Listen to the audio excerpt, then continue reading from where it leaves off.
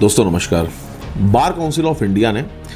अभी हाल ही में एक सर्कुलर पास किया था कि जो लॉ स्टूडेंट्स हैं या जो अब एडवोकेट्स वगैरह हैं वो अपनी रील्स या किसी भी तरीके की ऐसी वीडियोस जो प्रचार प्रसार करने वाली हो, जो पेशे की गरिमा को ख़राब करती हो, जो न्यायपालिका की न्यायिक व्यवस्था की गोपनीयता को ख़त्म करती हो, इस तरीके की रील्स, वीडियो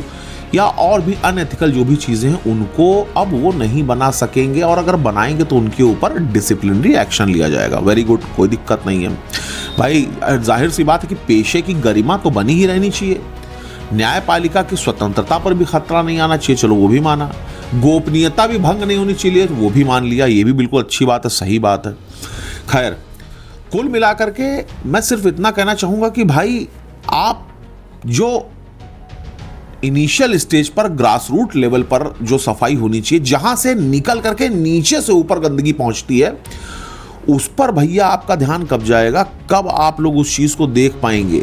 ऐसी कौन सी मजबूरी कि उसको कोई नहीं देख पा रहा, उन चीजों पर कोई वर्क नहीं हो रहा। अब आज के समय में चलिए मैं थोड़ा समर्थन कर देता हूं, इस टॉपिक का समर्थन कर देता हूं, चलो थोड़ा सा बीसीआई की तारीफ कर देते हैं। ये बात सच है कि अब जो जनरेशन आ रही है कोर्ट्स में, जो न्यायालय परिसर में जनरेशन आ रही है, सबसे बड़ी दिक्कत यह है कि एक तरफ वो लोग हैं जो प्रैक्टिसिंग लॉयर हैं, जो किसी तरीके से मेहनत से अपनी 3 ईयर या 5 ईयर की डिग्री को कंप्लीट करते हैं, 6 सेमेस्टर 10 सेमेस्टर की पढ़ाई पढ़ते हैं, बेचारे गांव से दाल चावल ला करके किसी तरीके से अपना खाना पीना बनाकर कॉलेज जाते हैं, पढ़ते हैं, पेपर देते हैं, पास होते हैं, उसमें भी बैक आती है, फिर अपने आप को किसी तरीके से उठा करके खड़ा करके उस पेपर को भी जा करके पास वास करके किसी तरीके से डिग्री हासिल करते हैं, फिर किसी सीनियर के पीछे तलवे घिस करके, पसीना बहा करके, उसकी चाकरी करके, सीख करके, समय दे करके, टाइम अपना स्पेंड करके, गुरुजी गुरुजी गुरुजी गुरुजी करके उसके पीछे दौड़ कर किसी तरीके से अपने आप को स्टेब्लिश करते हैं। फिर कहीं 8 साल 10 साल 15 साल के बाद वो इस स्थिति में आते हैं कि वो खुद अपनी रोजी रोटी कमा सकें, क्योंकि लॉ की फील्ड है, वकालत की फील्ड है, इसमें भाई ऊपरी लेवल पर बहुत बड़े बड़े लोग, बड़े घाघ लोग बैठे हुए, इतना आसान नहीं उनको रिमूव करके किसी नए चेहरे को ऊपर उठ के आना, बहुत स्ट्रगल है। और इस चीज़ को मैं मतलब ऐसा नहीं है भाई, उस चीज़ को जिया है और उस चीज़ को जी करके आज प्रभु की कृपा से ठीक स्थिति में पहुंचने के बाद अपने उस अनुभव के आधार पे ये वीडियो आप लोगों के सामने शेयर कर रहा हूं।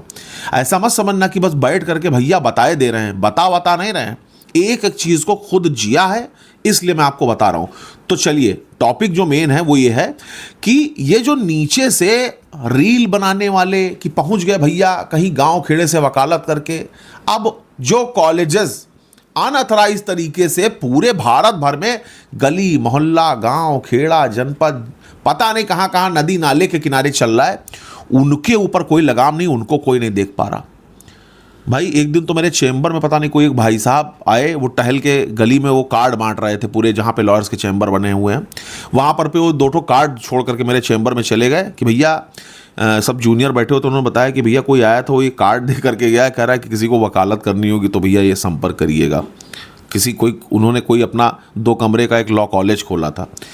भाई जब इस तरीके की संस्थाएं अगर चलेंगी तो यार फिर क्यों रोना रो रहे हो कि आपराधिक तत्व तो कचहरी में आ रहे हैं?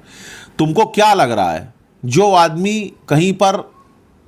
गुंडागर्दी कर रहा है, ठेका पट्टा चला रहा है, कोई स्टैंड चला रहा है, जब वो आदमी बिना पढ़े लिखे हर बार जा करके 2-4-5 हज़ार रुपए दे करके किताब रख के दूसरे आदमी को बैठा के पेपर दिलाकर किसी तरीके से ऐसे किसी अनएथिकल इंस्टीट्यूट से जा करके कोई डिग्री ला करके और गले में बांध के बैंड वैंड आकर के खड़ा होगा, तो तुमको क्या लग रहा है भाई कि वो एथिक वाली बात करेगा? उसके अंदर मैनर्स होंगे या वो मेहनत से वहां काम करेगा? वो उधर जो ठेके पट्टे से और सिस्टम लगा करके उसने जो इधर उधर कब्जा और हिंदुस्तान की कहानी अपराध करके और गला काट के लोगों का लूटपाट करके जो रुपया पैसा कमाया था, भाई वो आ करके लड़ेगा सीधे यहाँ पर, जैसे कचहरी में आएगा सीधे पहले बनाएगा रील बना करके खट से वो कूद जाएगा चुनाव में।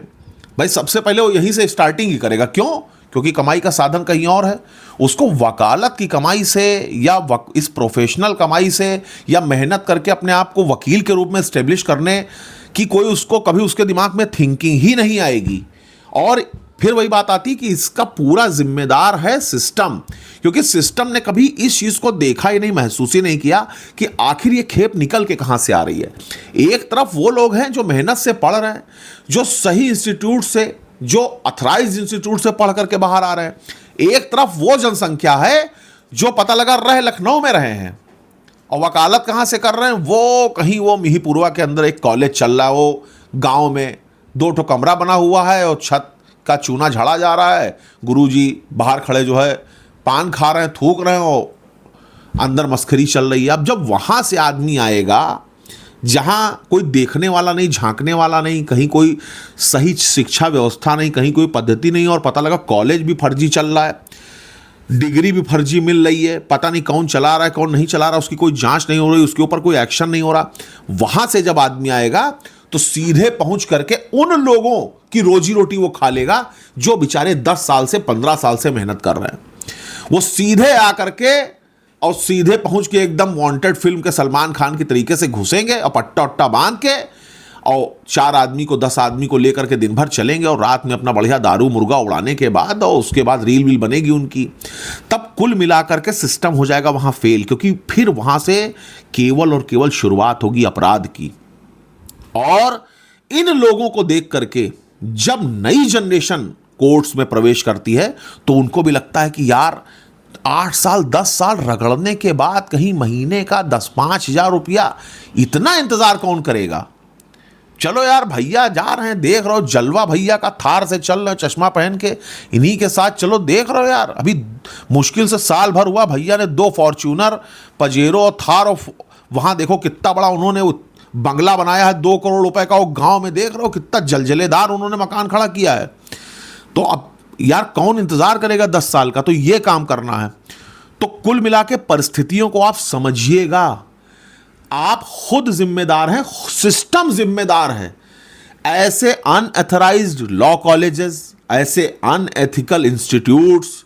ऐसी जगहें जहां से ये खेप निकल करके आ रही है नीचे से,